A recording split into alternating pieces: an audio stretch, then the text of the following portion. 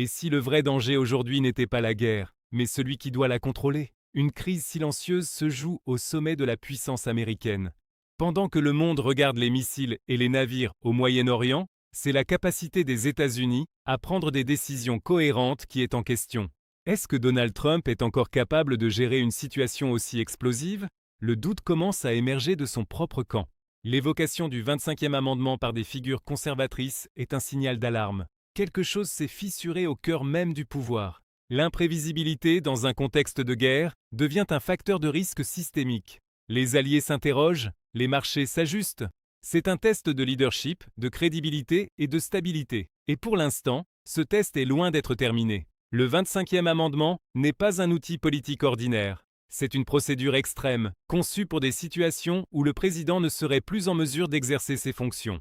Le simple fait que cette option soit mentionnée indique que quelque chose s'est fissuré, que la confiance, même au sein du noyau dur du pouvoir, n'est plus totale.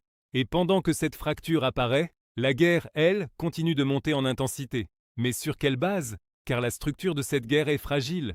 De plus en plus de critiques affirment que les décisions reposeraient sur des renseignements contestés et sur une absence de coordination réelle avec les alliés traditionnels. Pourquoi prendre le risque d'un affrontement majeur avec une puissance régionale comme l'Iran sur des bases incertaines? Pourquoi engager des forces sans vision claire? Ces questions ne sont pas seulement politiques, elles sont existentielles pour le système lui-même. Chaque décision doit être calculée, mais la ligne stratégique reste floue. Parce que dans une crise de cette ampleur, chaque décision doit être calculée. Pourtant, on observe aujourd'hui une succession de signaux contradictoires. D'un côté, des discours officiels affirmant que la situation est maîtrisée, que l'adversaire est affaibli et que la victoire est proche. De l'autre, une escalade continue, des renforts envoyés massivement et des tensions qui ne diminuent pas. Le décalage alimente le doute. Les marchés restent sous pression. Le vrai problème n'est pas seulement le terrain, c'est la manière dont la crise est communiquée. Dans une crise internationale, les mots sont des instruments de pouvoir. Ils doivent rassurer ou dissuader. Mais ici, ils semblent déstabiliser. Des déclarations floues, des menaces extrêmes. Cette oscillation permanente crée une impression d'imprévisibilité totale au sommet. Pendant ce temps, sur le terrain, un malaise croissant apparaît au sein des forces déployées, lié au manque de clarté sur les objectifs réels. Certains redoutent qu'une opération plus profonde ne se transforme en piège stratégique, en conflit prolongé sans issue claire. L'histoire se répète. Lorsqu'un décalage apparaît entre le discours et la réalité, la crédibilité s'érode. Lentement au début, puis de plus en plus rapidement. Et ce doute ne reste pas confiné aux États-Unis. Il se diffuse.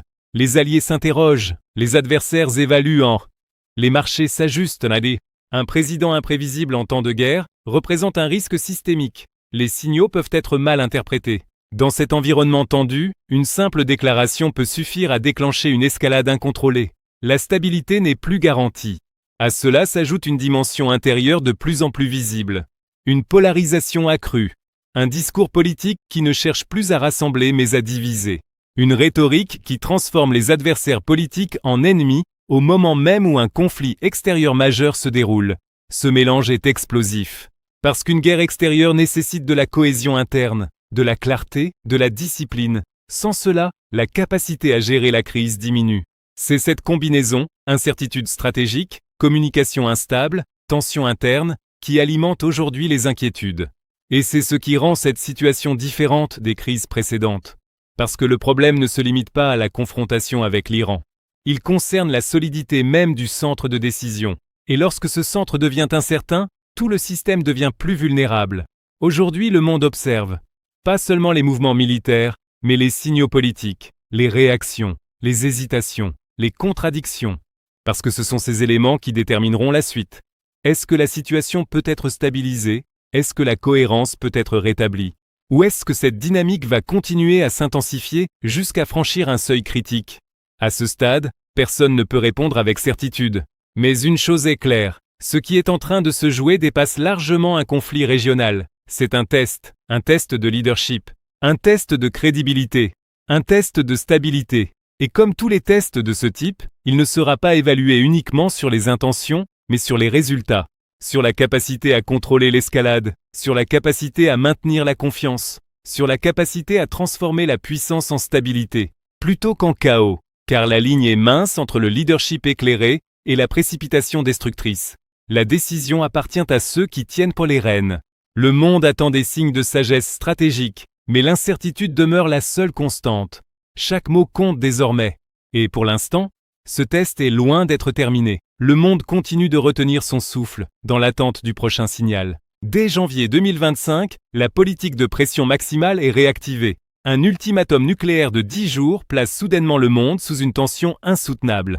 Juin 2025, l'opération Epic Fury est déclenchée. Les sites nucléaires de Fordo et Natanz sont la cible de frappes massives. Le conflit change de nature. En réplique, l'Iran tente de verrouiller le détroit d'Ormuz. Le trafic pétrolier chute de 90%, provoquant un choc économique planétaire immédiat. Scott Bessent justifie l'escalade par une nouvelle doctrine. Escalader pour désescalader. Une stratégie de haut vol où chaque erreur est fatale. Le Pentagone réclame des centaines de milliards de dollars supplémentaires. Mais derrière les chiffres, c'est la cohérence du commandement qui vacille. Car au cœur de ce bras de fer mondial, une question plus intime et plus grave commence à diviser Washington. Qui contrôle réellement la machine ? Mars 2026. Le commandement stratégique bascule dans l'irréel. Des ordres cruciaux ne passent plus par le Pentagone, mais s'affichent sur Truth Social. Le 24 mars, des rapports d'experts alertent sur une détérioration rapide. Confusion lors des briefings, difficultés physiques. Le doute n'est plus politique, il est médical. Des figures comme Tom Tillis commencent à s'exprimer. Mark Warner qualifie de folle la déclaration présidentielle liant la fin de la guerre à un pressentiment physique. Les ordres se contredisent.